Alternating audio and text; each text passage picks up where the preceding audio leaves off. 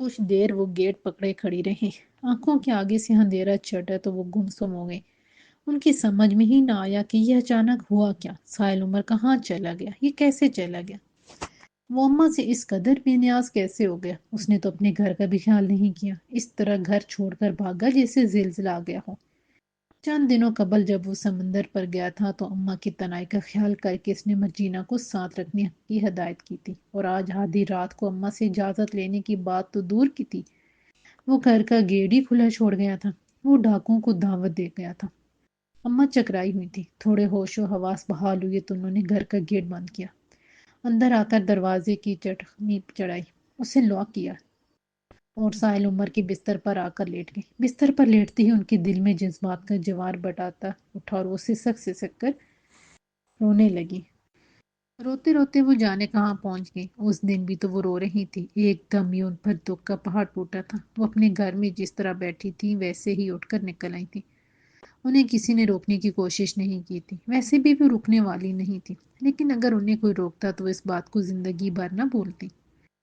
بھولی تو وہ خیر کسی بات کو نہ تھی، جب ماضی کی فلم ان کے دماغ میں چلنا شروع ہو جاتی تو پھر یہ سلسلہ دور تک چلا جاتا۔ بچپن، شادی، شادی کے بعد کی زندگی، اولاد کا نہ ہونا، اولاد کے لیے سو جتن کرنا اور روز ساس کے تانے سننا۔ وہ بے اولاد تھی تو اس میں ان کا کیا قصور تھا؟ اولاد تو اوپرے والے کی دین ہے، جس کو چاہے دے دے، جس کو چاہے نہ دے۔ دینے پر آئے تو کچھ آنگن کو بچوں سے بھر دے، اور نہ دینے پر آئے تو سونے کے چمچے والے گھر میں ایک بچہ نہ پیدا ہونے دے۔ لیکن اماں کے گھر والے اور گھر والا سبھی اس کا دوش جانتے تھے۔ کئی مہینے سے ساس دوسری شادی کی کھچڑی پکا رہی تھی، شوہر بھی دبے دبے لفظوں میں اشارے دے رہا تھا۔ اماں ساری باتیں بڑے صبر و سکون سے سن رہی تھی۔ آخر ایک دن ان کے شوہر نے صاف لفظوں میں دوسری شادی کا ذکر کر ہی دیا۔ اماں نے اپنے شوہر کی بات بڑے صبر کے ساتھ سنی اور صرف اتنا کہا، جس دن اس گھر میں میری سوکن داخل ہوگی اسی دن بلکہ اسی وقت میں یہ گھر چھوڑ جاؤں گی، بس اتنا یاد رکھنا۔ اماں کی بات سن کر ان کا شوہر ہنسا، اس نے مذاق سمجھا، کون عورت اس طرح اپنا گھر چھوڑتی ہے، اور ایسی عورت جس کا کوئی ٹھکانہ نہ ہو۔ ان کے شوہر اور شوہر کی ماں نے اپنی سی کر لی، وہ دونوں مل کر گھر میں ایک نئی عورت لے آئے۔ یہ عورت اماں کی سوکن تھی۔ اماں نے اپنا کہا سچ کر دکھایا۔ سوکن کو دیکھتی ہی وہ اٹھ کھڑی ہوئی۔ سوکن کے قدم گھر کے اندر کی طرف اٹھ رہے تھے اور اماں کے قدم باہر کی جانب بڑھ رہے تھے۔ وہ جس طرح بیٹھی تھی ویسے ہی پیروں میں چپل ڈال کر چلتی تھی۔ انہوں نے پیچھے مڑ کر دیکھا، نہ کسی نے پیچھے سے آواز دی۔ اماں کے شوہر اور ساس نے گھر سے نکلتے دیکھا۔ شوہر نے چاہا کہ وہ دروازے پر جا کر اماں کو روک لے، تب ساس نے فوراً اس کا ہاتھ پکڑ لیا اور بے نیازی سے بولی، کہیں نہیں جاتی، آ جائے گی دھکے کھا کر۔ ممکن تھا کہ اماں دھکے کھا کر واقعی اس گھر کی دہلیز پر لوٹ آتی، لیکن ان کی قسمت میں دھکے ہی تھے۔ گھر سے نکل کر ان کا جدھر رخ تھا ادھر چل پڑی، اور پھر وہ چلتی گئی۔ انہیں نہیں معلوم تھا کہ وہ کدھر جا رہی ہیں، بس دماغ میں یہ بات بیٹھی ہوئی تھی کہ اب اس گھر میں نہیں رہنا، گھر سے بہت دور نکل جانا ہے۔ چلتے چلتے جب وہ تھک گئی تو فٹ پاتھ پر بیٹھ گئی۔ سائل عمر کے پاپا عمر عابد اور اس کی ممی ٹہل کر آ رہے تھے۔ سائل عمر ان دنوں 6 ماہ کا تھا اور وہ روحی کی گود میں تھا۔ عمر عابد پیچھے بیکری پر ڈبل روٹی مکھن خریدنے رک گئے تھے، اور روحی سائل کو گود میں لیے بلڈنگ کی گیٹ کی طرف بڑھ رہی تھی۔ اس وقت یہ لوگ گارڈن کے علاقے میں نئے فلیٹ میں رہتے تھے۔ ساحل اس وقت روئی کی گود میں بری طرح مچل رہا تھا۔ اسے اچانک جانے کیا ہوا تھا، ایک دم رونا شروع کر دیا تھا۔ شاید اسے اپنے پاپا نظر نہیں آئے تھے، یہ جانے کیا بات تھی۔ فٹ پاتھ پر چلتی ہوئی یہ اچانک ہی اماں پر نظر پڑی تھی۔ وہ گھٹنوں میں منہ دیے اور ٹانگوں کے گرد ہاتھ باندھے سسک سسک کر رو رہی تھی۔ روحی نے ایک عورت کو رات کے 10 بجے فٹ پاتھ پر روتے دیکھا تو ٹھٹک گئی۔ اس نے اس کے پاس کھڑا ہو کر پوچھا، کیا ہوا؟ اماں نے کسی عورت کی آواز سنی تو فوراً گھٹنوں سے اپنا سر اٹھایا، جلتی جلتی دوپٹے سے اپنے آنسو پوچھے اور اٹھ کر کھڑی ہو گئی۔ سائل عمر جو ابھی تک روحی کی گود میں روئے جا رہا تھا، اماں کی شکل دیکھ کر ایک دم چپ ہو گیا۔ اماں نے بے اختیار اس کی طرف ہاتھ بڑھایا تو وہ خاموشی سے ان کی گود میں چلا گیا۔ بیگم صاحبہ، آپ کا بچہ بہت پیارا ہے، اگر آپ اجازت دیں تو اسے پیار کر لوں؟ اماں نے بڑے مؤدبانہ لہجے میں پوچھا۔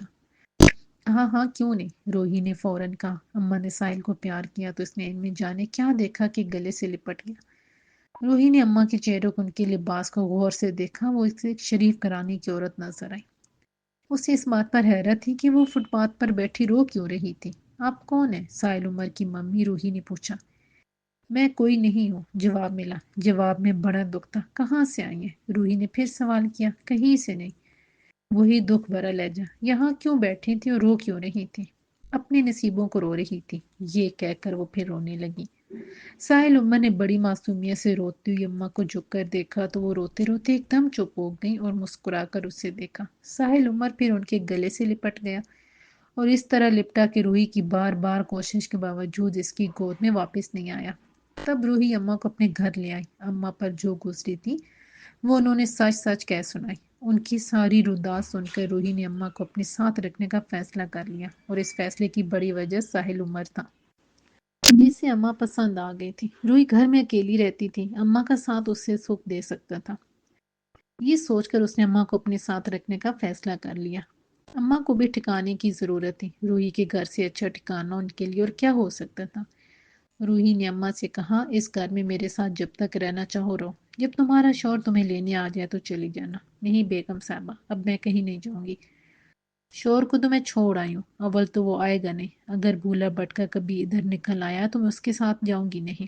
آپ نے نہ رکھا تو کوئی اور ٹھکانہ ڈھونڈ لوں گی، پر شوہر کے گھر نہیں جاؤں گی، یہ میں عہد کر کے نکلی ہوں۔ اماں نے دو ٹوک لہجے میں کہا۔ بس پھر وہ دن اور آج کا دن۔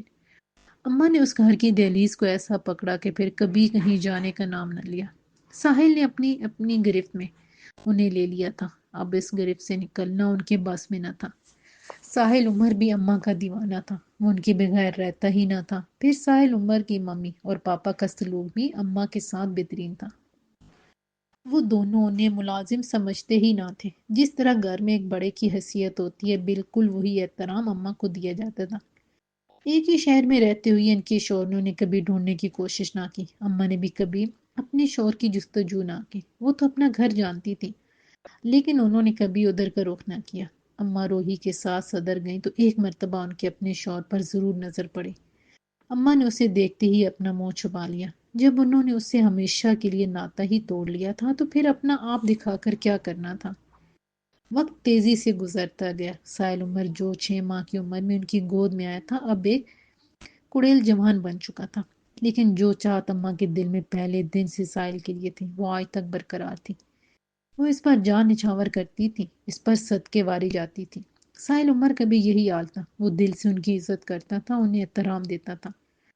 4-5 سال پہلے سائل عمر کے ممی پاپا اپنی شادی کی سالگرہ منانے گھر سے نکلے تھے۔ شادی کی سالگرہ کا دن وہ دونوں گھر سے باہر ہی گزارتے تھے، اور یہ سارا دن وہ سمندر پر گزارتے تھے۔ دوپہر کا کھانا وہ سمندر پر کھاتے اور شام ڈلتے ہی گھر کی طرف چل پڑتے۔ رات کا کھانا گھر پر ہوتا، واپسی پر وہ کیک لے آتے، کیک کاٹا جاتا۔ اماں اس دن خوب اچھے اچھے کھانے تیار کرتی، مزے سے کھانے کھائے جاتے، خوب ہلا گلا رہتا۔ اس دن بھی اماں نے کئی ڈشیں تیار کر لی تھی۔ سائل عمر اپنی ممی پاپا کا بے چینی سے انتظار کر رہا تھا، انہیں اب تک آ جانا چاہیے تھا، لیکن وہ ابھی تک نہیں آئے تھے۔ گارڈن والا فلیٹ وہ کب کا چھوڑ چکے تھے۔ اب یہ لوگ نارتھ ناظم آباد کے ایک بڑے مکان میں رہتے تھے۔ یہ مکان عمر عابد نے بہت شوق سے بنوایا تھا۔ اس کی تعمیر میں قدم قدم پر روحی کے مشورے بھی شامل تھے۔ مکان کے آگے اور پیچھے ایک گارڈن ترتیب دیا گیا تھا۔ روحی کو باغبانی کا بے انتہا شوق تھا، اس نے جانے کہاں سے پودے اکٹھے کیے ہوئے تھے۔ ساحل عمر گھر کے سامنے لان میں بے چینی سے ٹہل رہا تھا۔ سڑک سے گزرنے والی ہر گاڑی پر اسے گمان ہوتا تھا کہ یہ ممی پاپا کی گاڑی ہے، لیکن وہ ممی پاپا نہ ہوتے، کسی اور کی گاڑی ہوتی۔ پھر انتظار جب اپنی انتہا کو پہنچا تو ٹیلی فون کی گھنٹی بجی۔ ساحل عمر نے جپٹ کر ریسیور اٹھایا اور جلدی سے کہا، جی۔ ادھر سے کوئی خاتون بول رہی تھی۔ انہوں نے پہلی ٹیلی فون نمبر کنفرم کیا۔ ساحل عمر نے نمبر سن کر کہا، جی یہی نمبر ہے۔ آپ عمر عابد صاحب کے کون ہیں؟ ادھر سے سوال ہوا۔ جی میں ان کا بیٹا بول رہا ہوں، ساحل عمر نے جلدی سے جواب دیا۔ اوہ! ادھر ایک ٹھنڈا سانس لیا گیا۔ دیکھیے میں ڈاکٹر ظفرین بول رہی ہوں، میرے پاس آپ کے لیے کوئی اچھی خبر نہیں ہے۔ آپ کے ممی پاپا کا ایکسیڈنٹ ہوا ہے، دونوں کی کنڈیشن اچھی نہیں ہے، آپ فوراً ہسپتال آ جائیے۔ یہ کہہ کر اس نے ہسپتال کا نام بتایا۔ ساحل عمر جب اماں کو ساتھ لے کر ہسپتال پہنچا تو عمر عابد گزر چکے تھے اور روحی کی زندگی کے چند سانس باقی تھے۔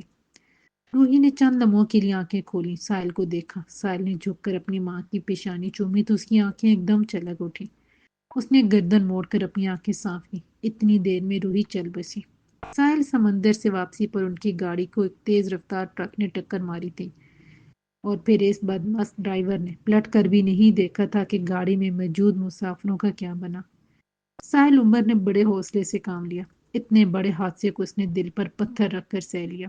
اماں اس کو صبر کی تلقین کرتی تھی اور خود کونوں بچالوں میں چھپ کر روتی تھی۔ ساحل عمر انہیں روتا ہوا دیکھ لیتا تو بڑے حوصلے سے ان کو سمجھاتا تھا۔ ساحل عمر کا صبر دیکھ کر اماں حیران ہوتی تھی۔ سوئم کے بعد ساحل عمر نے ایک مرتبہ بڑے دکھ بھرے لہجے میں اماں سے کہا تھا، اماں اب تم مجھے چھوڑ کر نہ چلی جانا۔ ساحل عمر کی اس بات پر اماں کا دل کٹ کر رہ گیا تھا۔ انہوں نے فوراً اسے اپنے گلے سے لگا لیا تھا اور خوب پھوٹ پھوٹ کر روئی تھی۔ میں اب کہاں جاؤں گی؟ میری جان تجھ میں ہے۔ خود وہی ساحل عمر جس نے اماں سے چھوڑ کر نہ جانے کی درخواست کی تھی، آج خود ان کو چھوڑ کر چلا گیا تھا۔ وہ اس دکھ کو کیسے برداشت کرتی؟ وہ سسک کر روئی جا رہی تھی اور ان کو تسلی دینے والا کوئی نہ تھا۔ اچانک انہیں یہ احساس ہوا جیسے کسی نے ان کے سر پر ہاتھ رکھا۔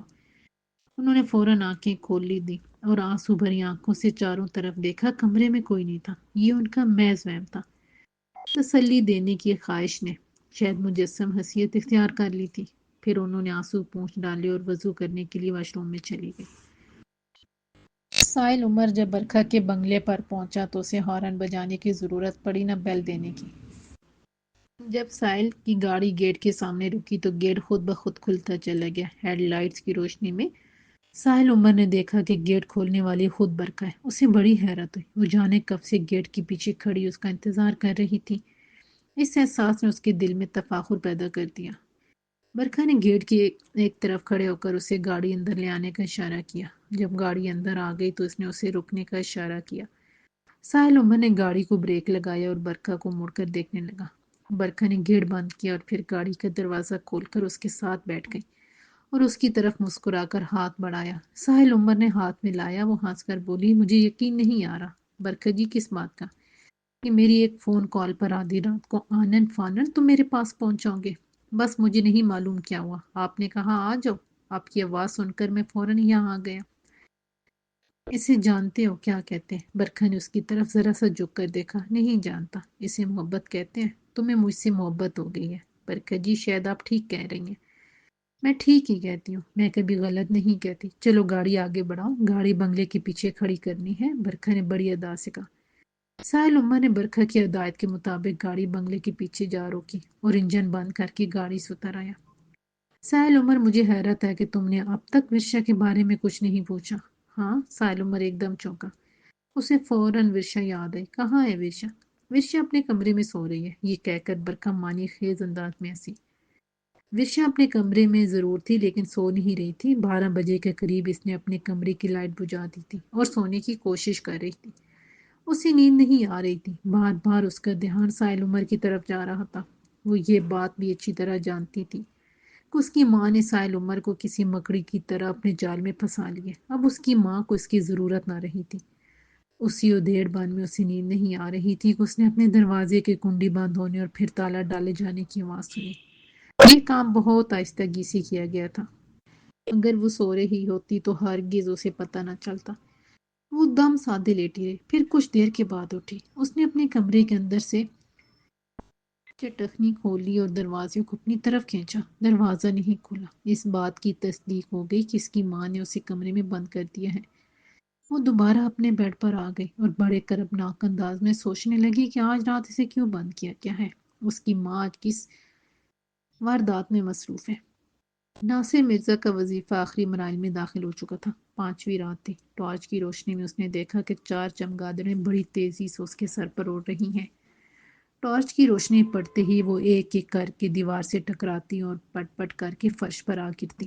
چند لمحوں بعد ان کا وجود عدم وجود ہو گیا۔ ناصر مرزا نے چمگادڑوں کو ہوا میں تحلیل ہونے کے بعد ٹارچ بند کر دی۔ اس کا عمل جاری تھا۔ اس کی انگلیاں تیزی سے تسبیح کے دانے پھینک رہی تھیں۔ ٹارچ بند ہوتے ہی دوبارہ پروں کی پھڑپڑاہٹ شروع ہو گئی۔ اس مرتبہ ناصر مرزا کو احساس ہوا کہ چمگادڑیں تعداد میں بہت زیادہ ہیں، کیونکہ پروں کی پھڑپڑاہٹ خاصی تیز تھی۔ ناصر مرزا نے فوراً ٹارچ روشن کر دی۔ ٹارچ روشن ہوتے ہی کمرے میں روشنی پھیل گئی۔ ناصر مرزا کا اندازہ بالکل صحیح تھا۔ بے شمار چمگادڑیں کمرے میں بھری ہوئی تھیں۔ ناصر مرزا نے بائیں ہاتھ میں چاقو اٹھا لیا اور اس کی نوک پر پھونک مار کر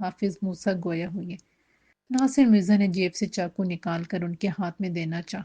ابھی اپنے ہاتھ میں رکھو، حافظ موسیٰ نے کہا۔ پھر انہوں نے اپنی لاٹھی سے زمین پر ایک دائرہ بنایا اور ناصر مرزا سے مخاطب ہو کر بولے، اس دائرے میں چاقو گاڑ دو۔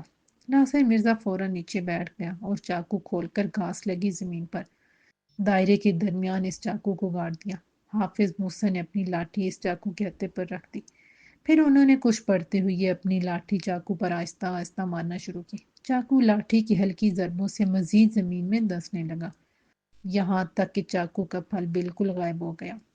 تب حافظ موسیٰ نے لاٹھی کی آخری ضرب لگائی اور پھر اپنے مخصوص انداز میں لاٹھی کو دونوں ہاتھوں میں تھام کر گردن جھکا لی اور گردن جھکائے جھکائے بولے، چاقو باہر نکال لو۔ ناصر مرزا نے فوراً زمین سے چاقو نکالی اور بولا، چاقو نکال لیا ہے جی۔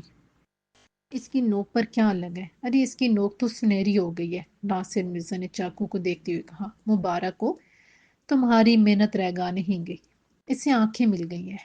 حافظ صاحب میں سمجھا نہیں۔ ارے بھائی یہ میرے جیسا اندھا نہیں رہا۔ ناصر مرزا کی سمجھ میں یہ بات ابھی بھی نہیں آئی، لیکن اس نے مزید سوال کرنا مناسب نہ سمجھا۔ یہ چاقو تمہارے بہت کام آئے گا، بس اس کی حفاظت کرنا۔ جی اچھا، ناصر مرزا نے کہا، پھر چند لمحے توقف کر کے بولا، مجھے اپنے دوست کی بہت فکر ہے۔ سائل عمر کی بات کر رہے ہو؟ جی۔ اسے ڈھونڈو، تلاش کرو، حافظ موسیٰ نے کہا۔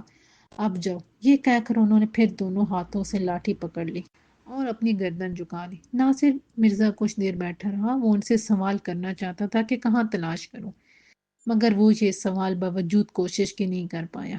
حافظ موسیٰ نے بھی سر نہ اٹھایا، بالآخر اسے وہاں سے اٹھنا پڑا۔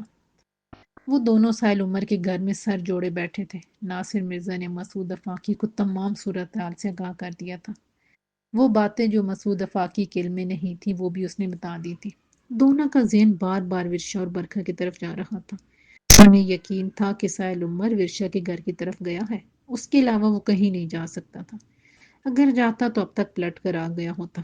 ان کا خیال تھا کہ وہ ورشا کے گھر جا کر کسی مصیبت کا شکار ہو گیا ہے۔ اب مسئلہ یہ تھا کہ ورشا کے گھر جا کر اسے کس طرح چیک کیا جائے۔ دونوں میں سے کسی نے ورشا کا گھر نہیں دیکھا تھا۔ وہ اسی ادھیڑ بن میں تھے کہ ورشا کا گھر کس طرح معلوم کیا جائے کہ مسعود کے ذہن میں ایک ترکیب آئی۔ وہ بولا، اگر ورشا کا ٹیلی فون نمبر معلوم ہو جائے تو پھر اس کا پتہ معلوم کرنے کی کوشش کی جا سکتی ہے۔ اماں نے صبح سے رو رو کر برا حال کر رکھا تھا، اب بھی وہ بیٹھی رو رہی تھی۔ ٹیلی فون نمبر کا ذکر سنا تو انہوں نے فوراً دوپٹے سے آنسو پوچھے اور سائل عمر کی ڈائری اٹھا لائی جس میں اس نے ٹیلی فون نمبر لکھ لیے تھے۔ مسعود افاقی نے جلتی جلتی اس ڈائری کے ورق الٹے۔ بالآخر ایک جگہ سے اسے ورشا کا ٹیلی فون نمبر لکھا نظر آ گیا۔ مسعود افاقی کا ایک دوست ٹیلی فون کے محکمے میں ڈی ای لگا ہوا تھا۔ اس نے ٹیلی فون کر کے اپنا مسئلہ بتایا۔ اس نے جواب میں کہا، 5 منٹ انتظار کرو۔ 5 منٹ کے بعد جب گھنٹی بجی تو وہ ٹیلی فون کی نہیں گھر کی تھی۔ اماں فوراً گیٹ کی طرف بھاگی۔ ناصر مرزا اور مسعود افاقی بھی ان کے پیچھے چلے۔ اماں نے جلدی سے گیٹ کھولا۔ گیٹ پر جو شخص کھڑا تھا اس سے وہ دونوں واقف نہیں تھی، لیکن اماں اسے پہچانتی تھی۔